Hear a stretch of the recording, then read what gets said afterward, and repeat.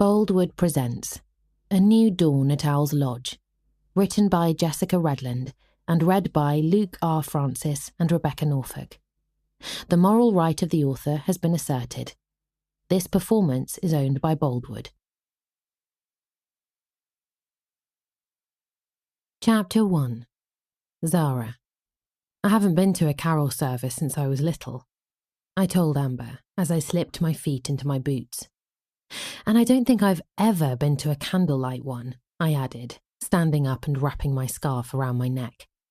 Really? Oh, you're in for such a treat. Amber smiled at me as she pulled a bobble hat down over her long auburn hair. It's magical. It was Saturday evening, 11 days before Christmas. We were staying in a holiday cottage in a village near Alnwick, in Northumberland, while filming the first half of the winter season of Countryside Calendar. Amber was the producer and I was her assistant on the family-friendly seasonal-based television programme which aired on Sunday evenings, showcasing the highs and lows of living and working in the UK countryside. She'd recruited me when she started on it 6 years ago, and I worked directly for her rather than the show, supporting her with other projects between filming. This morning, we'd been up early to film the sunrise with a local farmer and to explore what Christmas Day on a farm looked like. There'd been some set-up footage of the family opening gifts and having Christmas dinner, and when they were asked about their favourite Christmas traditions, tonight's candlelight carol service was mentioned. Amber and I had already booked a table in the Golden Lion, the pub a few minutes' walk away from our holiday cottage, but the service sounded lovely, so we'd pushed the timing back to do that first. I hope we sing Ding Dong Merrily on High, Amber said after we'd set off. Brad, Sophie and I used to compete with each other to see who could sing the word Gloria for the longest. All of Amber's family had careers in television, although she was the only one who worked behind the camera.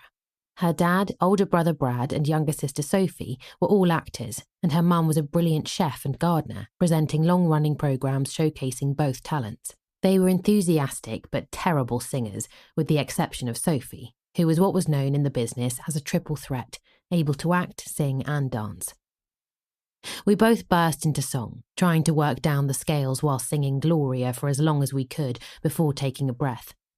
If I wasn't laughing so much at Amber's caterwauling, I might have won the impromptu contest, but I had to concede, fingers in my ears.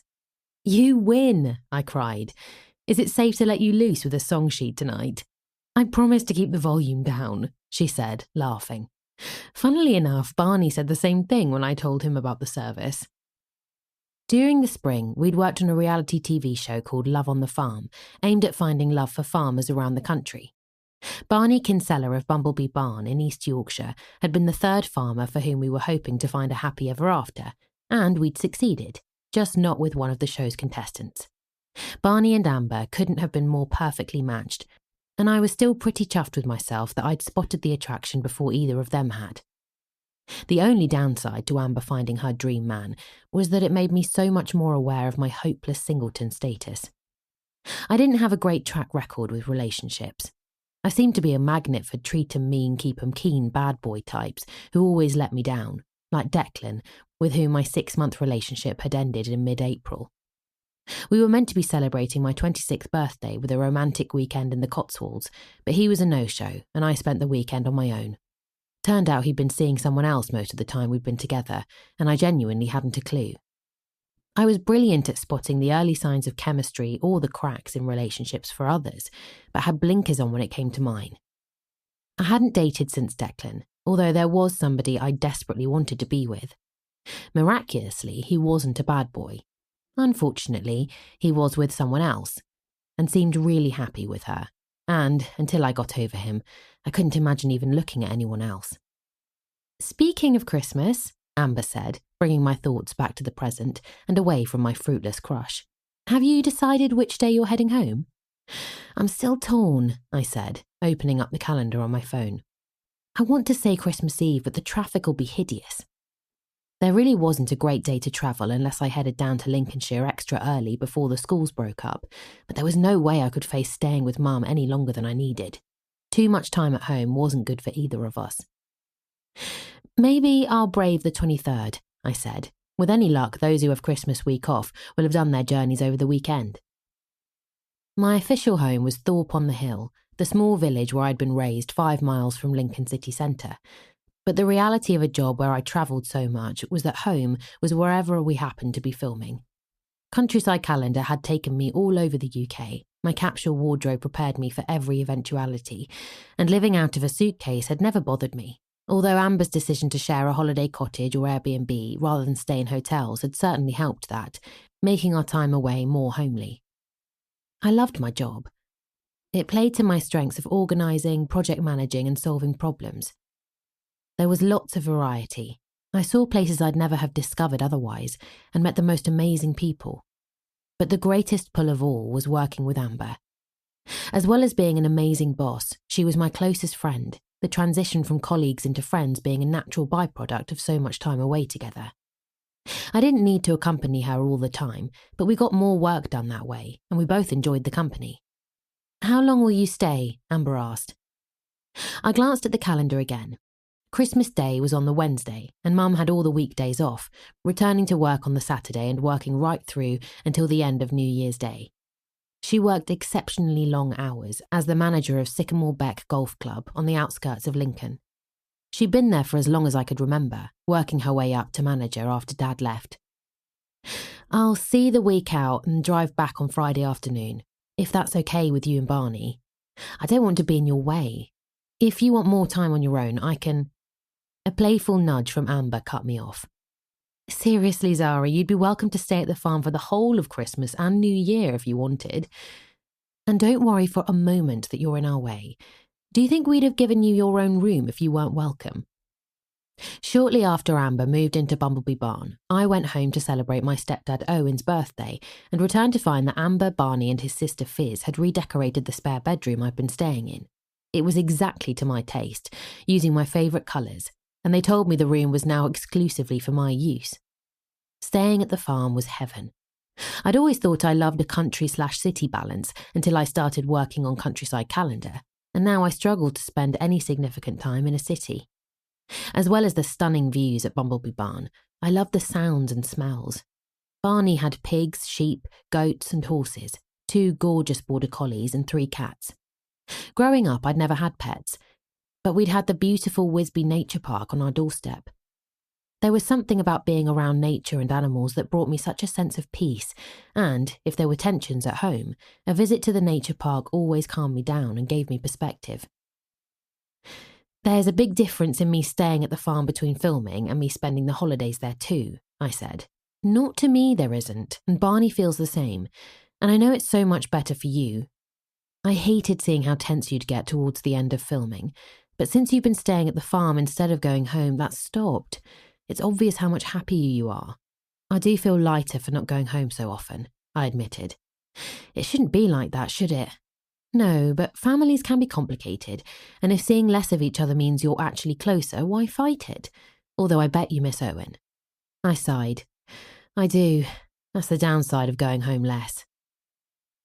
Owen had married Mum when I was 12, 4 years after she and Dad split up. I loved him so much and was frequently prodded by the sticky fingers of guilt because I didn't share the same closeness with my parents, but I couldn't help it. Owen had always been there for me when they hadn't. "Don't forget the other big plus," Amber prompted. "Less time at home is also less time around Roman or having to listen to your mum extolling his virtues." She gave me a sideways glance and a raise of the eyebrows. Very true. If I had a difficult relationship with my mum, I had an impossible one with my brother. He was invariably the cause of the tensions between Mum and me too. She couldn't seem to accept that there'd been irreversible damage done to our relationship long ago and kept trying to push us into being the best of friends.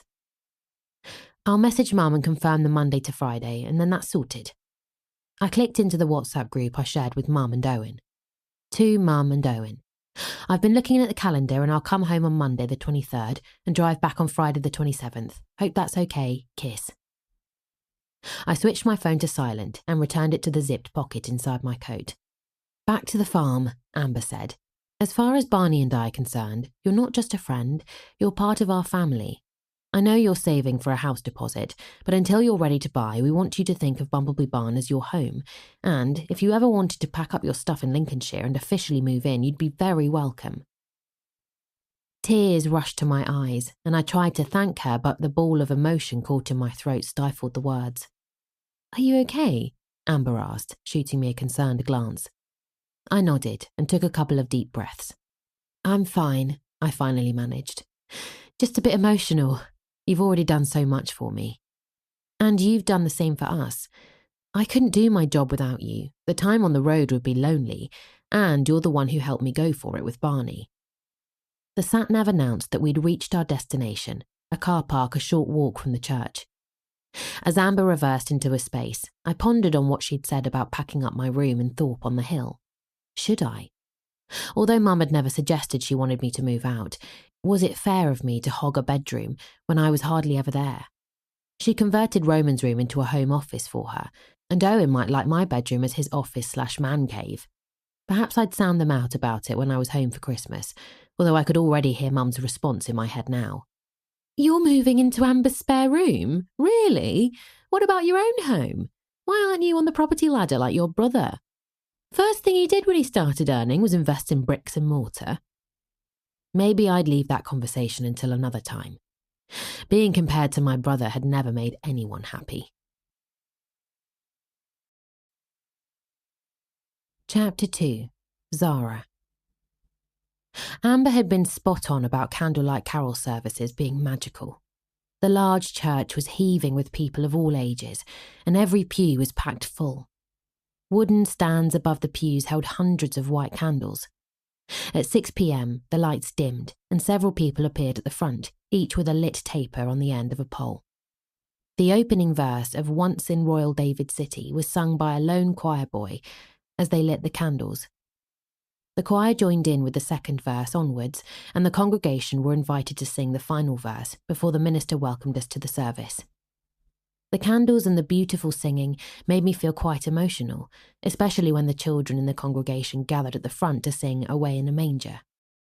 The minister announced the number in the song sheet for the final carol, and Amber and I laughed as we turned to "Ding Dong Merrily on High." As we sang, completely off-key in Amber's case, the candles were extinguished. After a final prayer, we were asked to leave the carol sheets in our pews and wished a safe journey home and a happy Christmas. "You're not going to sneak one out for your scrapbook?" Amber asked. "The order of service will do." I waved the A5 leaflet at her. "I'm so glad we went to that," Amber said as we stepped out of the warm church into the cool night air. "Me too. I'm feeling so Christmassy right now." When Amber pulled out of the car park, I removed my phone from my pocket to switch it off silent. "Oh, that's weird," I said. "What's up?" 3 missed FaceTime calls from my mum. She never FaceTimes me. I'd better call her back. "Do you mind?" "Go for it." Amber switched the radio off as I FaceTimed Mum. "Sorry for all the missed calls," she said as soon as she answered. "I wanted to catch you before you went out to eat. We've only been to a candle night carol service." "Oh, how lovely," she said, smiling at me. "Was it good?" "It was amazing. We're on our way to the pub now, though." "In that case, I'll get straight to the point. There's a change of plan. Owen and I are working over Christmas now and having New Year off instead." "But you've had Christmas booked off all year," she shrugged. "I know, but it's Roman." My jaw tightened. I should have known. Every time Mum changed plans she'd made with me, I could guarantee my brother was the reason. "What's he done now?" I asked, struggling to keep my frustration out of my voice. "He's cancelled his holiday. He realised a 9-hour flight with his leg in plaster wasn't such a good idea, and he's celebrating his 30th with a black tie do in Lincoln instead, so, to Howard's delight, we've swapped shifts." Her deputy manager, Howard, might have been delighted to unexpectedly be spending Christmas with his family, but I wasn't so enamoured. "So you're saying I can't come home for Christmas?" I said, my voice flat. "Of course you can. I'm just warning you that we won't be there." "There's no point coming home for Christmas if you're both working. I'll stay at the farm." I glanced at Amber, hoping that was okay, but she caught my eye and nodded vigorously. "We've got a wedding on the 28th, Mum said, so I'm covering that too, and I'll need to go in for a couple of hours on the Sunday." "When do you think you'll drive down? And please don't say New Year's Eve. Don't want you hitting traffic and being late for the party." I frowned at her. "I won't be down for New Year." She looked taken aback. "Why not?" "Because I have plans." Then you'll have to change them. You can't miss your brother's milestone birthday. Mum, I can and I will. It's not like he'll miss me. Of course he will. He wants all his family there. Really? Because I don't remember being invited to St. Lucia to celebrate his birthday. The smile was gone, replaced by that familiar look of disappointment that I didn't idolise my brother and fall over myself pandering to his needs. Don't be facetious, Zara, she snapped. You know the holiday was a knee-jerk reaction to his accident, and can you blame him? What that man did to him was horrific. He should have a life ban if you ask me. What he's put my boy through is... She tailed off and took a deep, calming breath, clearly not wanting to go down that route again, which was just as well, as she'd only work herself up into a frenzy. Granted, horrific wasn't an understatement, as I'd seen the footage online and it was sickening.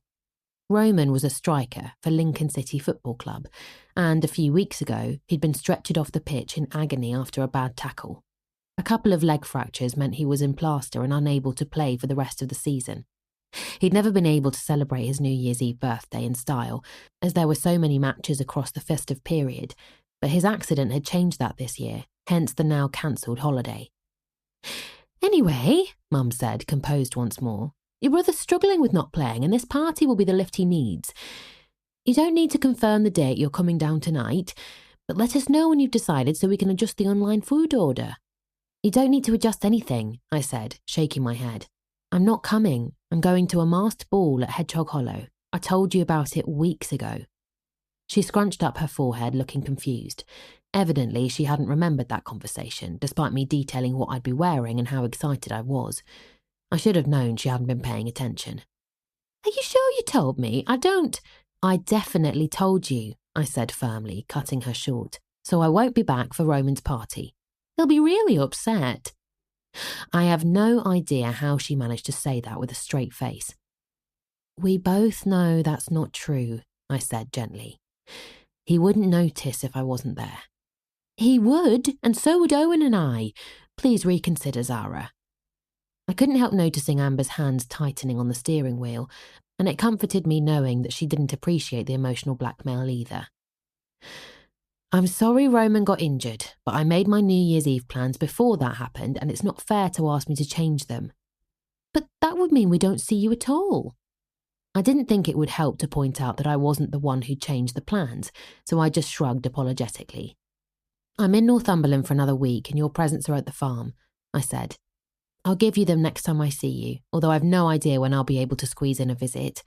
We've got a busy start to the year filming the docuseries at Hedgehog Hollow. I expected her to express some disappointment in not being able to see me for ages, and perhaps even to offer to drive up to visit me. But no, the conversation was still about my brother. There'll be an invitation waiting for you when you get back to the farm. Amber glanced at me and rolled her eyes. There's no point sending it. Tell Roman he can save himself the postage. The humour of that, saving the cost of a stamp when my brother earned a 6-figure salary, was lost on her. It's already gone, she said. Look, I know you and your brother don't get on, but he really wants you there. I'm not going. Please, Zara.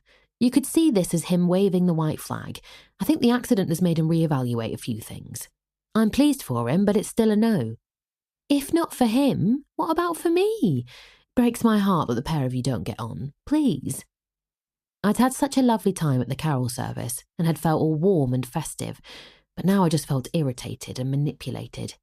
We're nearly at the pub, I said. I'll look at my filming schedule for the next few months and see when I can fit in a visit. Bye, Mum. I ended the call before she had a chance to guilt-trip me even further and smacked my head back against the headrest with a heavy sigh. This was so typical of my brother. The cancelled holiday and replacement party I understood, but why rope me into it? He had a phenomenal number of friends, albeit some not as genuine as others, and I knew for a fact that he'd much rather spend the time with them than me, so why should I change my plans? Before and during the filming of Love on the Farm, Amber and I had stayed in the holiday cottages at Hedgehog Hollow and befriended the owners, Samantha and Josh, as well as Barney's sister Fizz, who worked there. 4 years ago, they'd hosted a big New Year's Eve party to test out the suitability of Wildflower Byre, the converted dairy shed on the farm, as a wedding reception venue, after which they'd become licensed to host weddings. They'd decided it was time they hosted another New Year's celebration, a masquerade ball, I'd never had a big circle of friends, but I finally had one in East Yorkshire and was really excited about seeing the new year in with them all. After that, Amber and I would start filming The Wildlife Rescuers, an 8-part docuseries exploring a year in the life of running a rescue centre. Hedgehog Hollow was going to be the main focus, but we'd be visiting another 4 centres around the UK, filming between Countryside Calendar episodes. Everything had been looking so good, but that one conversation with Mum had just blighted it all. "Are you okay?" Amber asked when I hadn't spoken for a minute or so after hanging up. "Not really." "Do you want to talk about it?" "What's there to say? We both know I'm going to go to Roman's party because that's what I do." I sighed once more and added in a weary tone, "It's what I've always done." Chapter 3. Snowy. I pulled my beanie hat down lower over my ears and turned up the collar of my jacket as Harrison and I stepped into Bloomsbury's, the garden centre nearest our home, and the place where my 9-year-old son had a very special appointment. "There's a sign," Harrison said, pointing to a large glittery arrow with "Santa this way" on it. He tugged my arm and we followed further arrows. All the while my eyes flicked around me, cautious as ever. "Do you think Santa will remember me from last year?" Harrison asked. "I'm sure he recognises all the children he sees, but his focus will be on finding out what you want this year." "He already knows that. I wrote to him and he wrote back." "I think the elves help with the letters, so you'd better tell him when he asks, just to be on the safe side." "Okay." We turned to our left and joined a glittery pathway weaving through artificial trees draped with fairy lights. Plush toy deer peeked between the trees and smaller woodland animals gathered round them. "There's an owl!" Harrison cried, pointing to a fluffy white owl with dark spots on its wings, nestling halfway up one of the taller trees. "It's a snowy owl. They don't live in England." "Ah, but we're not in England anymore," I said, smiling at him. "Where are we?" He grinned at me, his pale blue eyes sparkling. "The North Pole!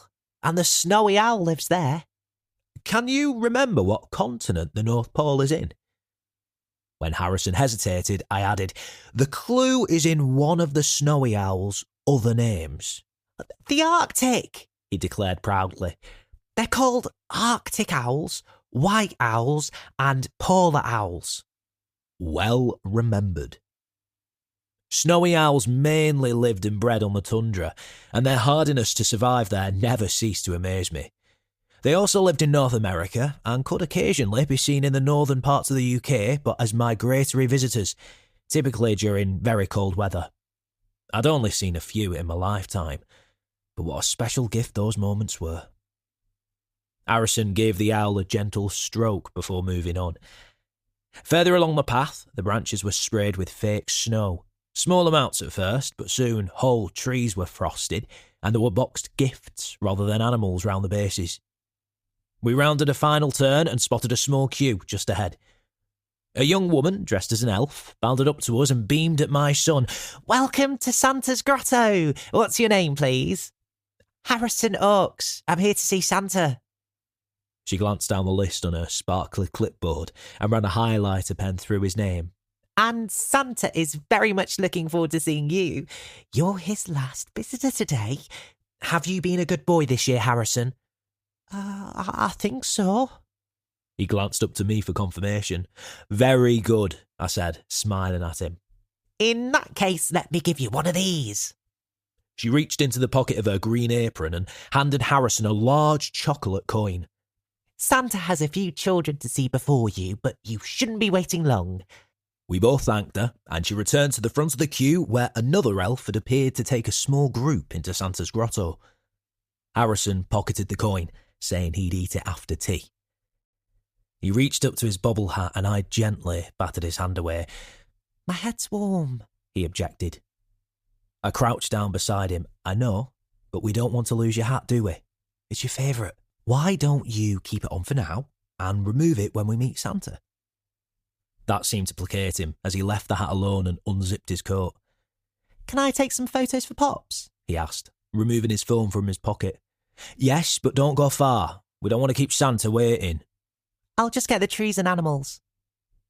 He backtracked along the pathway and I kept an eye on him, a familiar, guilty feeling churning my stomach. I felt like I was forever battling with Harrison to keep his hat on in public. You don't want to burn your scalp, I'd say in the summer when he wore a baseball cap, and you don't want to get cold was the counter-argument in the winter, with the reserve about it being his favourite and not wanting to lose it when he protested he was too hot. Fortunately, he liked hats, probably because I wore one nearly all the time, and he was at an age where he thought it was cool rather than embarrassing to dress like me. I'd never told him the real reason we both wore hats, and he'd never asked. I wasn't sure what I'd say the day he inevitably did. It seemed that there was a different exit point from Santa's grotto, as the group who'd gone in hadn't reappeared, but the second elf came out to guide another family in. One more after them, then us. I shuffled forward and checked my hat again. Harrison rejoined me as the final family went into the grotto, flakes of fake snow on the knees of his jeans where he must have knelt down to get the photos of the animals. "I got a close-up of the owl," he said, as he showed me his photos. "Do you think Pops will like it?" "He'll love it." Pops was my grandpa, but saying great-grandpa had been a bit of a mouthful for Harrison when he was younger, and the shortened version of Pops had stuck. The three of us lived together at Owl's Lodge, originally a working farm called Maplewick Farm. Grandpa had sold off the livestock and most of the fields when I was little, retaining the outbuildings, a paddock and the woodland. He'd knocked down the farmhouse and rebuilt it as an impressive stone, wood and glass lodge, and had changed the name in honour of the many owls living on the property, a bird we were all passionate about. Although he'd transferred ownership of Owl's Lodge to me when Harrison was born, I still thought of it as his. As we followed the elf into the grotto entrance for Harrison's appointment, he pulled his hat off and handed it to me. I stiffened as I gripped onto it. We stepped into a room done out like a living room with a fake fire crackling beneath a mantelpiece draped in stockings, a large decorated tree on one side, and Santa in a high-backed armchair on the other, surrounded by Hessian sacks bursting with presents. "Ho, ho, ho, Merry Christmas," Santa boomed. "And who do we have here?" "This is Harrison, Santa," the elf said, "and he's been a good boy this year." "Indeed you have, young man," Santa said. "I know you from my list. Come and sit beside me." He patted a red velvet ottoman and Harrison settled onto it. "And how old are you, Harrison?" "I'm 9. I'll be 10 in April." "Goodness, nearly double figures. What would you like me to bring you for Christmas this year?" "Please, can I have a painting easel and some canvases?" "Oh, you're a budding artist." "I love drawing and I want to get better at painting." "Marvellous. One of my elves, Sketchy, is fabulous at painting. Such a wonderful skill to have."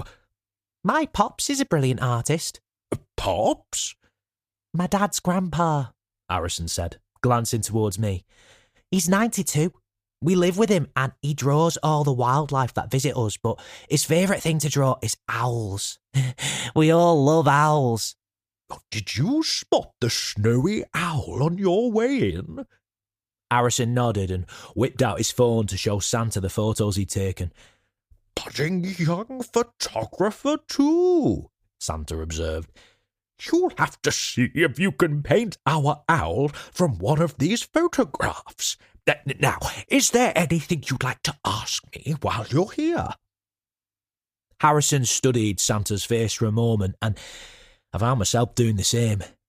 He was a jolly-looking elderly man, in his early 70s, I guess, and the white hair and beard weren't fake. "Were you born with white hair like me?" Harrison asked, and my stomach tightened. Of all the questions Harrison could have asked, I hadn't considered that one. "Oh, I had no hair at all when I was born," Santa declared, laughing. "Not even a bit of fluff. Oh, it took a while to come through.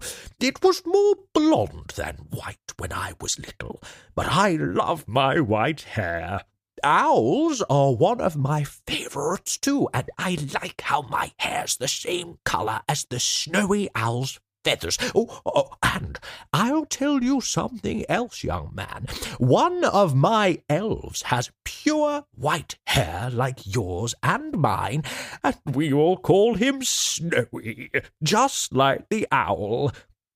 Pops calls my dad Snowy, Harrison cried, his grin showing that he was clearly delighted with Santa's answer.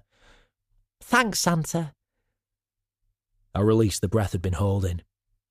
Nicely handled, Santa. Thanks from me too. Santa handed Harrison another chocolate coin for asking a great question, and a gift which made Harrison's smile widen. There was a discussion about going to bed in decent time on Christmas Eve, not rising too early on Christmas Day, accompanied by a wink in my direction, and what to leave out for Santa and his reindeer before the elf showed us out via a door opposite where we'd entered. That was awesome, Harrison declared as the door closed behind us. He said my hair colour's like the snowy owl's feathers, and he's right. Is that why Pops calls you Snowy? Actually, no, it was your mum who first called me that, and it was after her pet rabbit. He studied my face for a moment, and I could tell he had questions, but there was also something he wanted, and that took priority. Do you think they sell those snowy owls here? Probably. Can we get one? We'd emerged into a large area full of Christmas decorations, divided into bays according to colour. I'd deliberately booked the last Santa appointment of the day in the hope that it wouldn't be too busy by then. It appeared to have worked, as there were people around, but nothing like the throngs that have been earlier. OK, we'll try that white section, but if we can't find it quickly, we have to go. Harrison raced over to the white section, and I glanced around me once more, but nobody was paying us any attention. So I joined my son in the search for a snowy owl. Wow, what a stunning pair of snowy owls, Grandpa gushed, holding one in each hand after Harrison thrust them at him the moment we arrived home.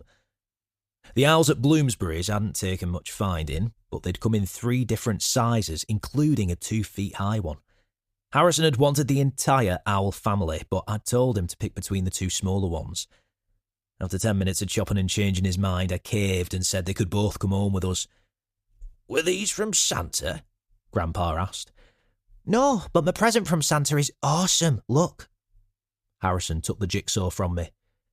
Can you spot the owls? He'd been delighted when he'd opened the gift in the car. The jigsaw was of a snowy scene outside Santa's workshop, with the elves loading up the sleigh. A snowy owl was flying in the inky blue sky, and another was perched on one of the reindeer's antlers. Oh, yes, I see them, Grandpa said, pointing. And where are your new owls going to live? Harrison turned in a circle, looking round the room. In the Christmas tree? The little one will fit in the tree, I said, but the other's too big. They need to stay together, Harrison responded. Why don't you put them on the coffee table for now? Grandpa suggested. You can help me prepare tea and tell me all about your visit with Santa, and after we've eaten, we can find somewhere to put them. Sound good? Harrison shrugged off his coat and followed Grandpa into the kitchen. I picked up his coat and hung it with mine in the cloakroom. Pulling off my beanie hat, I dropped it into a crate full of hats with a slow breath of relief. Another outing survived.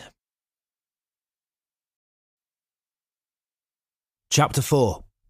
Snowy. Tea was bangers, mash and garden peas, and I laughed as Harrison placed my plate in front of me. That's brilliant, but I don't know whether to frame it or eat it, I joked. The mash was in the shape of an owl, with long slices of sausage as wings and peas for the eyes, beak and claws. Eat it, Harrison cried, picking up his fork and stabbing one of his sausage wings on his owl. I'd heard Harrison and Grandpa chatting about our visit to Santa's Grotto while they peeled the potatoes, and the topic had spawned a new game, coming up with elf names based on appearance, personality traits, hobbies or occupation, which continued across tea time with much hilarity. My favourites, none of which I could take credit for, were Naomi, the elf who loved horse riding, Doug, the gardening elf, and Fiery pants, the elf who told fibs. While I cleared the table after we'd eaten, Harrison toured the room with his owls, perching them on various shelves and removing them again. By bedtime, he still hadn't decided, so I suggested he take them upstairs and keep them in his room for now. "Are you reading to me tonight?" I asked, when he was settled under his duvet a little later. Harrison devoured novels, particularly fantasy ones, which would have delighted his mum Eliza, who'd loved reading. I'd never been into books, and although Grandpa was a big reader, it was always non-fiction. "Will you read to me?" Harrison asked, handing me the novel from his bedside drawers. "You don't think you're too old for that?" He shook his head. "Please, Dad, I'm too tired to read." I couldn't resist those puppy dog eyes, so I perched on the end of his bed, and we were soon both lost in a world of good versus evil, where unicorns, dragons, and other mythical creatures took centre stage. Realising Harrison had drifted off, I put his owl bookmark back a few pages, closed the book, and watched him sleeping for a few minutes. I'd enjoyed reading to him tonight, creating voices for the different characters, just like Eliza used to do, and like my grandma had done for me when I was young. I didn't recall my dad ever reading me bedtime stories, and I doubted my mum, who'd cleared off when I was 3, had ever bothered. Rising from the bed, I placed the book back on the drawers and gave Harrison a light kiss on the forehead. I switched his lamp off, leaving the room bathed in the gentle light from a projector which cast stars on the walls and ceiling. "That's Harrison settled to sleep," I said, joining Grandpa in the lounge a few minutes later, shattered after the excitement of meeting Santa. Grandpa looked up from his book about tawny owls and peered at me over his glasses. "How was it really?" "Harrison loved it." "That's not what I asked." I busied myself adjusting the cushions on the sofa so I wouldn't have to make eye contact. "Would I have preferred to stay here? Of course I would. But I can't let my fears and hang-ups rob my son of every aspect of his childhood. A Santa visit each year is the least I can do." I finally looked up to catch Grandpa narrowing his eyes at me. "That statement suggests that you think you're depriving him of other aspects of his childhood. Like what?" I raised my eyebrows at him, astonished he was even asking that when the answer was so obvious. Grandpa closed his book, a sign that he meant business. "Don't you dare say his mother because you did not deprive him of her." "My actions did. If it wasn't for me, she—" "No, I'm not having that." He sat forward and slammed his book down onto the coffee table, making me jump. "We've been through this before, Snowy. You cannot spend the rest of your life blaming yourself for her death. It was not you. It was a tragic accident. Do I make myself clear?" "Yes, Grandpa," I said in a small voice, a little alarmed at the volume and tone, so unlike him. "I'm sorry for raising my voice," he said, his voice soft once more. "But you know how I feel about this. It's not good for you or Harrison. If he picks up that you blame yourself for Eliza's death, he could start believing it and grow to resent you, which is the last thing any of us need. Parts of this family are already broken beyond repair, and you know what that feels like. Don't ever risk that happening to you and that boy. The pair of you have an incredible bond. Promise me you'll keep nurturing it." His pale eyes were shrouded with such sadness as they held mine, and I nodded. "I promise. Pleased to hear it. So you're good?" "I'm good." He picked up his book and settled back onto the sofa, signalling the end of that conversation, which was a relief, as I really didn't want a deep discussion about how else I feared I might be failing Harrison.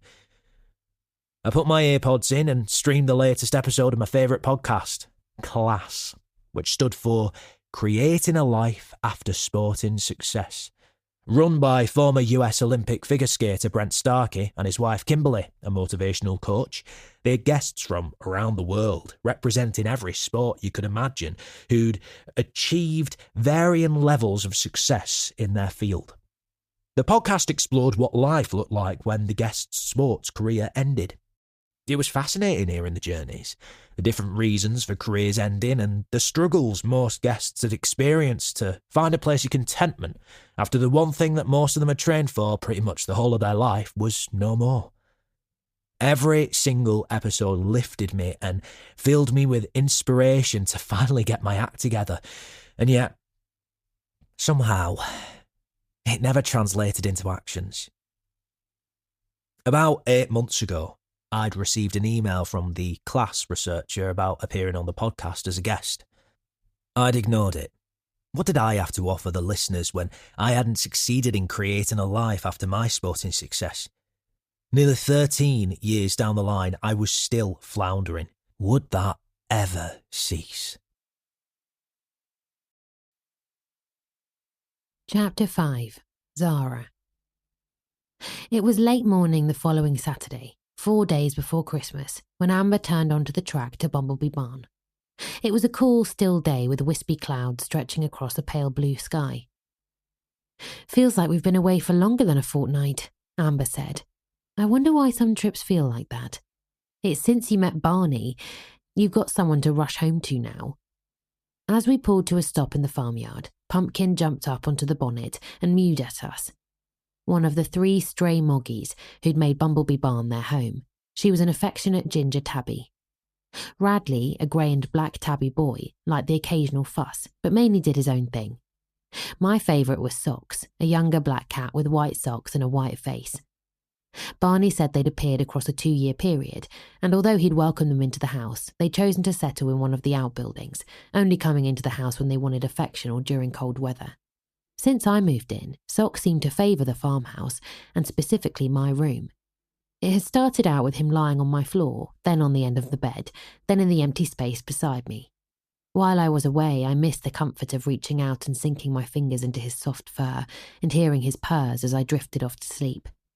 Barney appeared round the corner on his quad bike, with his border collies Bear and Harley in the basket on the back. Seeing Amber's face light up at the sight of him gave me the warm and fuzzies. "Perfect timing," he called, removing his helmet as the dogs jumped down and raced over to greet us. I said hello to Barney before bending down to stroke the dogs, allowing the couple a moment to themselves. I sensed I was being watched from across the yard and spotted a white face in the shadows. "Socks," I called. "Hello, sweetie." He ran over, scooted through Bear's legs and weaved around my legs. "I've missed you," I told him, stroking his tail. "Have you missed me?" He looked up at me and released a plaintive mew. He'd never let me pick him up before, but it felt like he was asking for a hug, so I gave it a go, and sure enough, he settled into my arms with a contented purr. "He's definitely been missing you," Barney said. "He's been padding round the house like a little lost soul." "Oh, bless him. I've missed you too, Socks," I said, scratching his belly. "I'm sorry I was away for so long." We removed our cases and bags from the boot and headed into the kitchen with the dogs. "There's some post on your bed," Barney said. My stomach lurched. The invitation to Roman's birthday would be among it, and I'd done my best across the past week to shove all thoughts of it out of my mind. Mum had messaged to ask if I'd decided which day I'd travel down, but I hadn't responded. Socks raced upstairs ahead of me, and when I pushed my bedroom door open, he launched himself onto the bed. I left my luggage by the door and sat beside him, stroking his back, a tension knot building in my stomach at the sight of the small pile of post, on top of which was a thick cream envelope. There was no point putting it off, so I ripped it open and removed the invitation. A pale yellow rectangular post-it note was stuck on top of it in Roman's messy scrawl. Z. Sorry it's last minute and messes up Xmas. Really hope you can come. R. I raised my eyebrows, surprised to see both an apology and an acknowledgement that he'd messed up my Christmas plans. In fact, him bothering to scribble a note at all was unexpected. I peeled off the post-it and scanned down the invite itself, the usual gubbins about date, time, venue, dress code, and a request to RSVP to his girlfriend Portia's email address. They'd only been together for about 4 months, and I hadn't met her yet. There was a gentle knock on the open door. "Thought I'd bring this up for you," Amber said, handing me a mug of tea. "Is that the invite?" "Yeah." I stuck the note back on it and handed it to her. "Where's your head at now?" she asked after she'd scanned down it. "Same as before. Don't want to go, but feel like I should. Do you think I could do both? Show my face at Romans, then hoof it up the A15? "You could, but would you want to spend a couple of hours driving? And would leaving so early cause more problems than not going at all?" I clapped my hands to my cheeks and exhaled loudly. "I'll have to go. I'll never hear the end of it if I don't, and it's just not worth the grief. I'm sorry." "Hey, don't apologise to me. We'll miss you, but we get to keep you for Christmas, and we'll have a great time then. I promise." I gave her a weak smile. "Thanks for letting me stay. Like I said last weekend, you're welcome here any time you want for as long as you want. It's your home." She headed for the door and paused. "What if you stuck by your guns and said no? Even your brother acknowledges it's last minute, and he's messed up your Christmas plans. I'm sure he'll understand if you tell him what you already had planned." Roman would understand. I doubt he could care less either way. In fact, he'd probably prefer it if I wasn't there, because that would save him 5 minutes of awkward conversation. The issue is Mum. I've been treading a thin line for years, refusing to watch him play or go to any events connected to football, and I've just about got away with it because she knows how much I hate the game, but this is different. This is the only occasion he's been able to celebrate his birthday on the actual day, and if I don't go, it won't just cause problems between Mum and me, it'll cause problems between Mum and Owen, and I can't do that to him. He's fought my corner pretty much from the moment I met him. I wouldn't be doing it for Roman or Mum. I'd be doing it for Owen. "I'm sure there'll be other Hedgehog Hollow balls," Amber said, her voice full of positivity. "And as your brother's due is a black tie one, you'll still get to wear that gorgeous dress." My work wardrobe was jeans or leggings and t-shirts, so it had been a special treat to splash out on the most stunning dress for the Hedgehog Hollow masked ball. It was a deep purple alter-neck, cut above the knee at the front and dipping down to the floor at the back with layers of tulle. I'd bought silver sparkly strappy sandals and a lacy silver and purple mask to accompany it. Barney and Amber had gone historical as a highwayman and a bejeweled damsel in distress. The pair of them had looked so amazing when they tried on their costumes that I wondered if I'd been too hasty with my dress choice and should have gone historical too. But Samantha's cousin Chloe, who'd made costumes for Samantha and Josh, had kindly offered to make me a hooded cloak. It was black with a silver lining, and it was amazing how that and a pair of long silver gloves transformed my dress into something quite remarkable. Except I wasn't going to be able to wear all the extras. Or was I? I smiled at Amber. I might still go for full-on masquerade. I could be this mysterious raven-haired masked woman who strides into the room, swishes her cloak and bewitches all the guests. Loving the sound of that. And if anyone can pull it off, you can. If you're going, you might as well go all out to have a brilliant time. As she disappeared downstairs, I felt a lot more positive about Roman's birthday. It was one night. Yes, I was gutted to be missing out on New Year's Eve with my friends, but I could turn an evening with my family into something special too. Or that was what I'd keep telling myself. And while I was searching for the positives, missing the masked ball meant avoiding further heartbreak from watching the man I'd fallen for completely loved up with his girlfriend. Silver linings. Chapter 6. Zara. I woke up early on Christmas Day with a buzz for what I knew was going to be an amazing day. The excitement had been building since Sunday, when Amber's parents, Cole and Jules, had arrived. I knew them well, and they'd always treated me as though I was part of their family. Enveloping me in an enormous bear hug, Cole told me how delighted he was to finally be spending Christmas Day with me, and when she hugged me tightly, Jules reiterated it.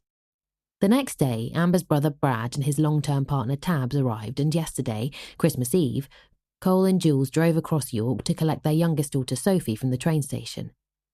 Last night, we'd gathered in the lounge in front of the real fire, the dog sprawled across the floor, and all 3 cats draped over a chair arm or favoured human. I marvelled at how, despite awards, fame and an impressive circle of A-list friends, Amber's family was so down to earth. They were truly the warmest, friendliest and most genuine people. Between them, Cole and Jules seemed to know everyone in showbiz and kept us entertained with hilarious and heartwarming anecdotes. Cole had a gift for impersonations, and it was like having the celebrities in the room with us. "Good morning, Socks," I said, scratching his soft belly. "Happy Christmas." I opened my bedroom door and almost tripped over a Christmas gift bag. The top was sealed with sticky tape and there was a message on the gift tag. "Happy Christmas, Zara. Please wear these. Santa. Kiss, kiss." Unsealing the bag, I lifted out a pair of Christmas pyjamas.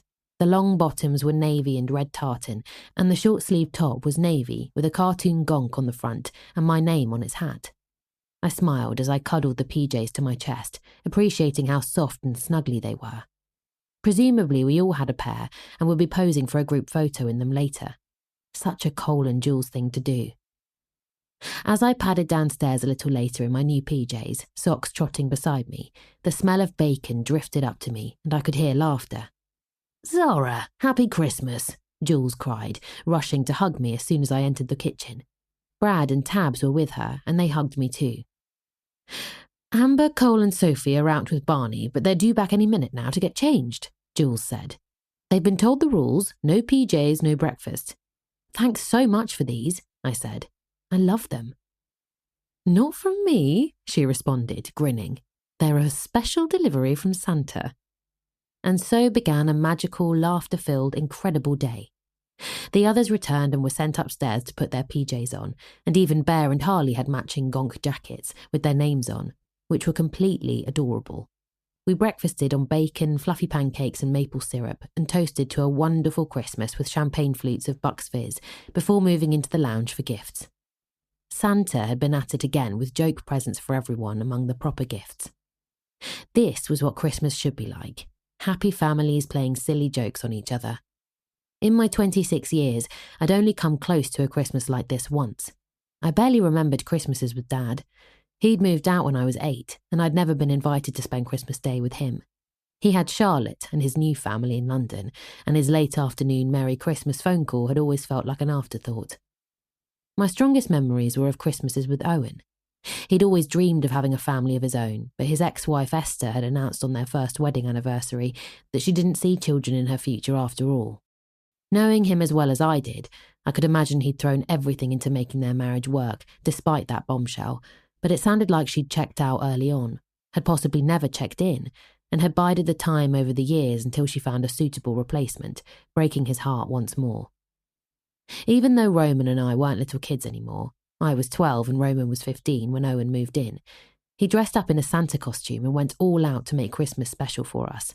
He insisted on making Christmas dinner while Mum put her feet up with a glass of bubbly, and he'd secretly made a giant cracker full of silly gifts, sweets and forfeits, which kept us entertained for hours. For once, Roman and I actually got on.